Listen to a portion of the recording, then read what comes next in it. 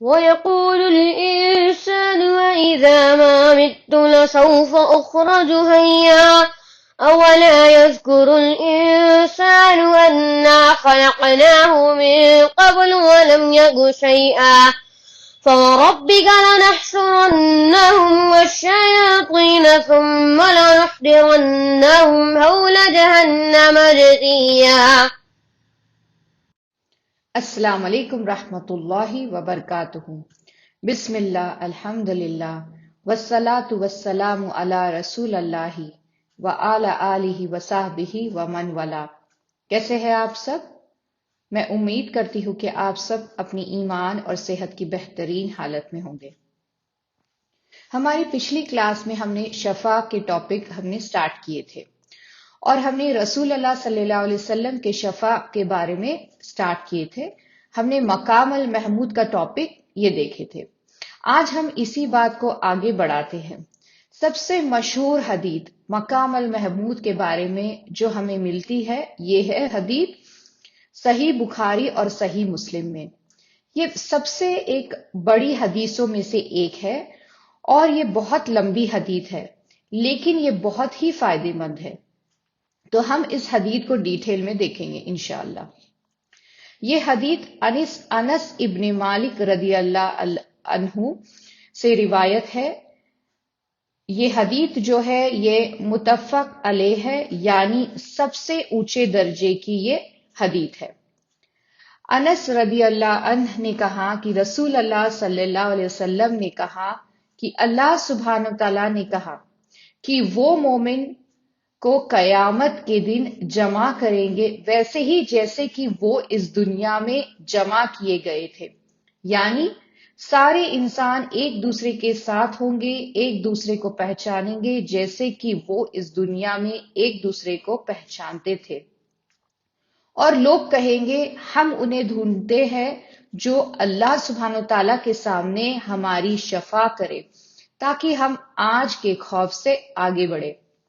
تو یہ حدیث ہمیں بتا رہی ہے کہ ایک عرصہ بیتا ہوگا اور اس لمبے وقت نے لوگوں کو بے صبرا اور ایجیٹیٹڈ بنایا ہوگا اور لوگ بے صبرے ہوں گے اس دن کے اگلے پڑاؤ پر جانے کے لیے. وہ اگلا پڑاؤ جو کچھ بھی ہو انہیں بس آگے بڑھنا ہے. تو انہیں وہ ایک انسان چاہیے جو اللہ سبحانہ تعالیٰ کے سامنے شفاعت کرے. تو ان میں سے ایک انسان کہتا ہے چلو آدم علیہ السلام کے پاس جاتے ہیں. تو سب کہتے ہیں ہاں چلو آدم علیہ السلام کے پاس چلتے ہیں.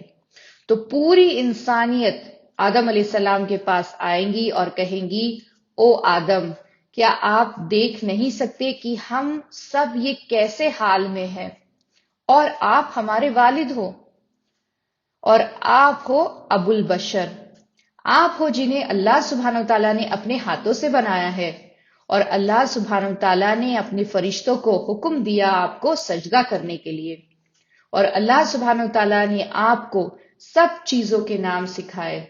تو یہ سب اپنے والد آدم علیہ السلام کی تعریف کر رہے ہیں.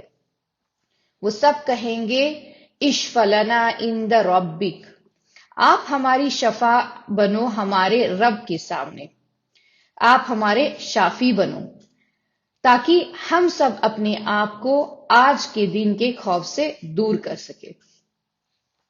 اس پر آدم علیہ السلام جواب دیں گے یہ میرے لیے نہیں ہے، میں اس کے لائق نہیں ہوں. اور وہ ذکر کریں گے اس قصے کا جو انہوں نے اس پیڑ سے کھایا تھا جو انہیں کھانا نہیں چاہیے تھا. انہوں نے غلطی کی تھی جو انہیں نہیں کرنی چاہیے تھی. اور آدم علیہ السلام کہیں گے جاؤ نوح علیہ السلام کے پاس، وہ پہلے رسول تھے جنہیں اللہ سبحانہ تعالیٰ نے بھیجے تھے.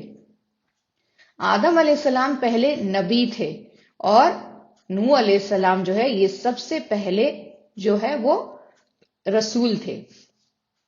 تو سارے لوگ نوح علیہ السلام کے پاس جائیں گے اور سب ان کی تعریف کریں گے اور انہیں وہ تعریف دیں گے جس کا نوح علیہ السلام کو حق ہے. اور نوح علیہ السلام کہیں گے میں اس لائق نہیں ہوں، اور وہ کہیں گے میں نے اللہ سبحانہ وتعالیٰ سے وہ مانگا جس سے اللہ سبحانہ تعالیٰ نے مجھے منع کیے تھے۔ یعنی جب اللہ سبحانہ تعالیٰ نے نوح علیہ السلام سے کہا تھا مجھے ان لوگوں کے بارے میں مت پوچھو جو آپ کے جہاز پر نہیں ہے، اگر وہ آپ کے جہاز کو چنتے ہیں تو الحمدللہ، نہیں تو مجھے ان مجرمون کے بارے میں مت پوچھو۔ اور ہمیں پتا ہے نوح علیہ السلام نے کیا کیے، انہوں نے کہا میرا بیٹا، یا اللہ آپ نے اسے نہیں بچایا، اور اللہ سبحانہ تعالیٰ نے کہا نوح تمہارا بیٹا وہ تمہارے گھر والوں میں سے نہیں ہے، تمہاری فیملی میں سے نہیں ہے، لیس من اہلک، ان کی اصل فیملی میں سے نہیں ہے۔ اور نوح علیہ السلام شرمندہ ہے اللہ سبحانہ تعالیٰ کی نافرمانی کرنے کے لیے اس معاملے میں، اور اسی لیے وہ کہتے ہیں مجھے اپنی اس گناہ کے بارے میں سوچنا ہے۔ آپ ان کے پاس جاؤ جنہیں اللہ سبحانہ تعالیٰ نے چنا ہے ان کا خاص دوست بنا کر، جاؤ ان کے پاس جو خلیل ہے اللہ سبحانہ تعالیٰ کے، جاؤ ابراہیم علیہ السلام کے پاس۔ تو سارے ابراہیم علیہ السلام کے پاس جائیں گے اور یہ سب ابراہیم علیہ السلام کی تعریف کریں گے کہ آپ خلیل ہو اور آپ یہ ہو، آپ وہ ہو، اور ابراہیم علیہ السلام کہیں گے میں اس لائق نہیں ہوں، میں نے 3 بار جھوٹ بولا ہے اپنی زندگی میں اور مجھے اپنے ان گناہوں کا جواب دینا ہے۔ اور یہ دیکھیے کہ یہ سب چیزوں کو جو یہ سب بیان کر رہے ہیں یہ بے حد چھوٹی چیزیں ہیں۔ نوح علیہ السلام اپنے جذباتوں میں بہہ کر انہوں نے اللہ سبحانہ تعالیٰ سے کہا، انہوں نے اللہ سبحانہ تعالیٰ کو چیلنج نہیں کیے، وہ غصہ نہیں ہوئے، انہوں نے صرف اللہ سبحانہ تعالیٰ سے پوچھا تھا، اور وہ اب گلٹی ہو رہے ہیں، شرمندہ ہو رہے ہیں کہ میں نے اللہ سبحانہ تعالیٰ سے یہ پوچھا۔ ابراہیم علیہ السلام نے اصل میں جھوٹ نہیں بولا تھا، یہ سب چیزوں کو توریہ کہتے ہیں، کوئی بات کا ڈبل مطلب ہونا، یہ اصل میں جھوٹ نہیں ہے، وہ یہ ایک بڑے مقصد کے لیے کر رہے ہیں، کوئی بڑی اچھائی کے لیے کر رہے ہیں۔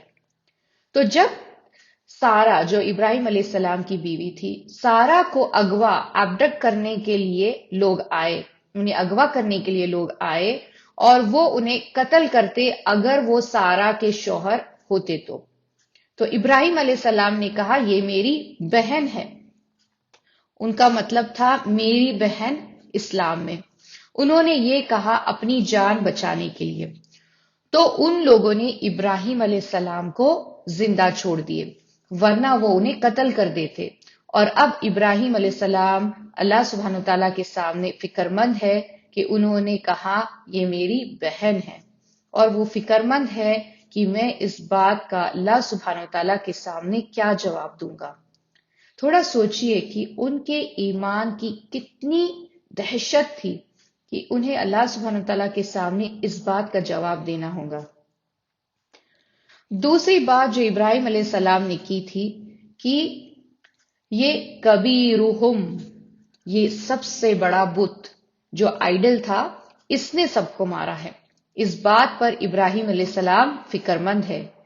یہ دیکھیے دعویٰ کا موقع تھا اور یہ انہیں گمراہ کرنے کے لیے نہیں تھا، یہ انہیں سوچنے پر مجبور کرنے کے لیے تھا، اور اب ابراہیم علیہ السلام سوچ رہے ہیں کہ میں اللہ سبحانہ تعالیٰ کو کیا جواب دوں گا۔ تیسری بات، جب ابراہیم علیہ السلام نے کہا میری طبیعت ٹھیک نہیں ہے، انی سقیم، آپ لوگ جاؤ مجھے یہیں چھوڑ دو، اور اب ابراہیم علیہ السلام فکر مند ہے کہ مجھے اللہ سبحانہ تعالیٰ کے پاس اس بات کا جواب دینا ہوگا کہ میں نے اپنے لوگوں سے کہا کہ میری طبیعت ٹھیک نہیں ہے۔ دیکھیے یہ یاد رکھے کہ اس وقت ابراہیم علیہ السلام کی عمر کچھ 13 یا 14 سال کی ہوں گی، اور ان کا انتقال 120 سال کی عمر میں ہوا، اور انہیں یاد ہے کہ ان کی جوانی میں انہوں نے کیا کیا تھا۔ سبحان اللہ، یہ سوچئے کہ کیا ہم اپنی جوانی کے بارے میں ایسے سوچتے ہیں کہ ہم نے کیا کام کیے تھے؟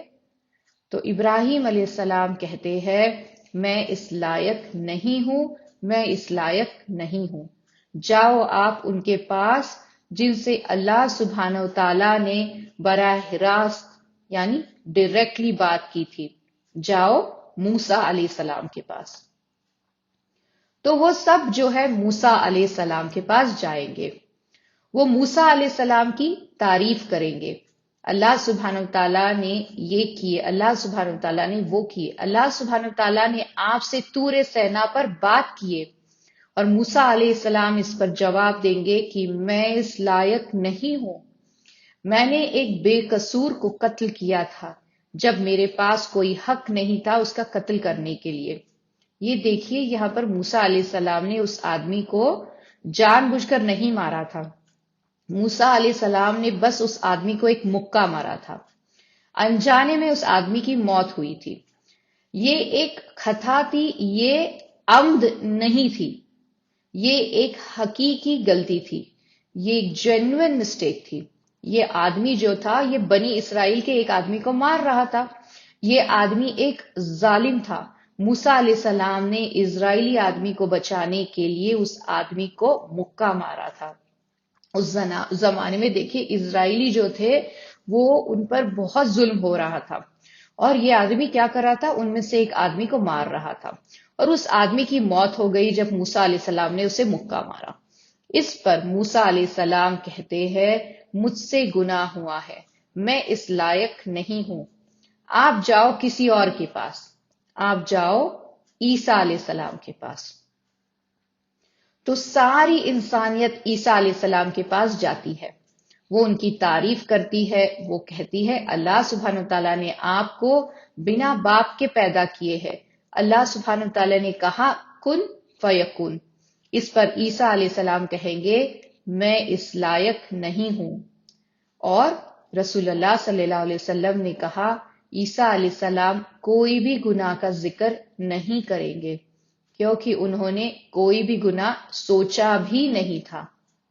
اور عیسیٰ علیہ السلام کی عمر کچھ 33 ایئرز کی تھی، یہ جوان آدمی تھے، لیکن انہوں نے کوئی بھی گناہ نہیں کیے تھے، پھر بھی وہ کہیں گے میں اس لائق نہیں ہوں، میں اس لائق نہیں ہوں۔ آپ جاؤ محمد صلی اللہ علیہ وسلم کے پاس۔ تو یہ سارے 5 جو ہے یہ اولو العزم ہے نبیوں میں سے، آدم علیہ السلام کے ساتھ۔ تو یہ 6 نبیوں کے پاس انسانیت جائیں گی ایک کے بعد ایک۔ اس سے ہمیں یہ بھی پتا چلتا ہے کہ یہ 5 نبیوں کا رتبہ بہت اسپیشل ہے، خصوصی ہے۔ آدم علیہ السلام کا رتبہ تو بڑا ہے ہی، کیونکہ وہ والد ہے سب کے، وہ پہلے انسان ہے۔ اگر کوئی ایک انسان بایولوجیکلی ہے تو وہ ہے آدم علیہ السلام، وہ والد ہے پوری انسانیت کے۔ ان کے بعد جو مقام میں سب سے اوپر ہے وہ ہے یہ 5 نبی جن کے پاس آدم علیہ السلام نے انسانیت کو بھیجا۔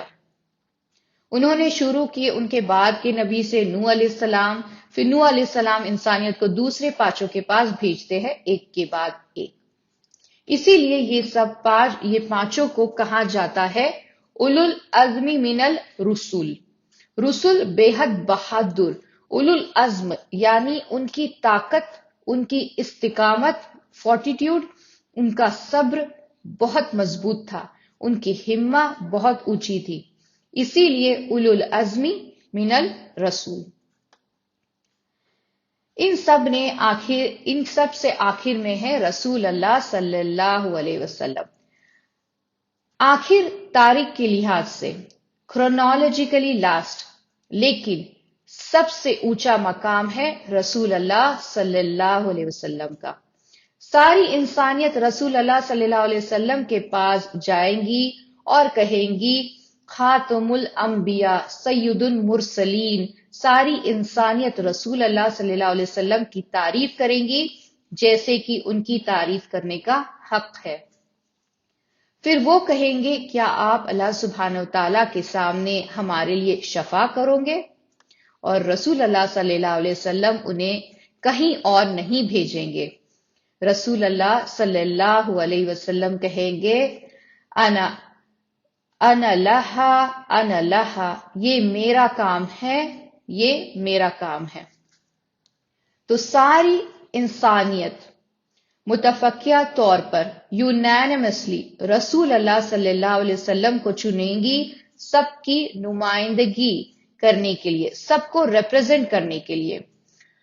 ان میں سے کافر، ان میں سے مرد اور عورت، انس اور جن، سارے متفقہ طور پر اگری کریں گے کہ رسول اللہ صلی اللہ علیہ وسلم انسانیت کو ریپرزینٹ کریں گے۔ اسی وجہ سے اسے کہا گیا ہے المقام المحمود، تعریف کا اسٹیشن، کیونکہ ساری انسانیت رسول اللہ صلی اللہ علیہ وسلم کی تعریف کرے گی۔ اور کیوں وہ سب رسول اللہ صلی اللہ علیہ وسلم کی تعریف نہیں کریں گے؟ جب وہ احمد ہے، محمد ہے، اور وہ مقام المحمود پر کھڑے ہیں۔ مقام المحمود بھی رسول اللہ صلی اللہ علیہ وسلم کے نام سے ہی اس کا نام رکھا گیا ہے۔ وہ ہے احمد، اور احمد مطلب وہ جس کی سب سے عمدہ قسم کی تعریف ہو، اور وہ ہے محمد، اور محمد مطلب وہ جس کی تعریف اتنی ہو کہ اس کا مقابلہ نہیں کیا جا سکتا۔ اس کی تعریف کو سمجھنا بھی ناممکن ہے، ان کی تعریف کو گننا ناممکن ہے۔ یہ ہے رسول اللہ صلی اللہ علیہ وسلم، جن کی تعریف انسانیت عمدہ قسم کی تعریف سے کرتی ہے، اور ان کی تعریف کی گنتی اتنی ہے کہ زمین پر ایک سیکنڈ ایسا نہیں ہے کہ جب سینکڑوں کروڑوں صلوات اور سلام ہمارے پیارے نبی صلی اللہ علیہ وسلم کے نام سے نہیں بھیجے جاتے۔ پوری دنیا میں کہیں نہ کہیں کوئی نہ کوئی تشدد میں ہے، یا دعا مانگ رہا ہے، یا کوئی نہ کوئی ایسا کام کر رہا ہے کہ ہر سیکنڈ جس میں ہمارے پیارے نبی صلی اللہ علیہ وسلم پر صلوات بھیجے جا رہے ہو، صلی اللہ علیہ وسلم۔ کیسے کوئی انسان اس مقام سے کمپیٹ کر سکتا ہے، مقابلہ کر سکتا ہے؟ اسی لیے وہ ہے محمد، وہ ہے احمد، اور انہیں ملے گا المقام المحمود، کیونکہ وہ ہے جو تعریف کے لائق ہے، اور ان کی تعریف اس نے کی ہے جو آسمانوں میں ہے اور زمین پر ہے۔ تو نبی صلی اللہ علیہ وسلم اللہ سبحانہ وتعالیٰ کے سامنے جائیں گے۔ رسول اللہ صلی اللہ علیہ وسلم نے کہا، میں اللہ سبحانہ وتعالیٰ کے عرش کے سامنے جاؤں گا اور میں گر جاؤں گا، فَأَخِرُّ سَاجِدًا، میں سجدے میں گر جاؤں گا اللہ سبحانہ وتعالیٰ کے عرش کے سامنے۔ اور انہوں نے کہا، میں اس حالت میں اتنی دیر رہوں گا جب تک اللہ سبحانہ وتعالیٰ کی مرضی ہو۔ مطلب اتنا لمبا وقت ہوگا یہ کہ رسول اللہ صلی اللہ علیہ وسلم کے پاس اس وقت کے لیے کوئی الفاظ نہیں ہے۔ رسول اللہ صلی اللہ علیہ وسلم سجدے میں رہیں گے، پھر رسول اللہ صلی اللہ علیہ وسلم نے ایک خوبصورت جملہ کہا، فَيُعَلِّمُنِي مَا حَامِدَ لَا عَالَمَهُ الْآلِ، اللہ سبحانہ وتعالیٰ مجھے ان کی تعریف کرنے کا طریقہ سکھائیں گے جو مجھے ابھی نہیں پتا ہے۔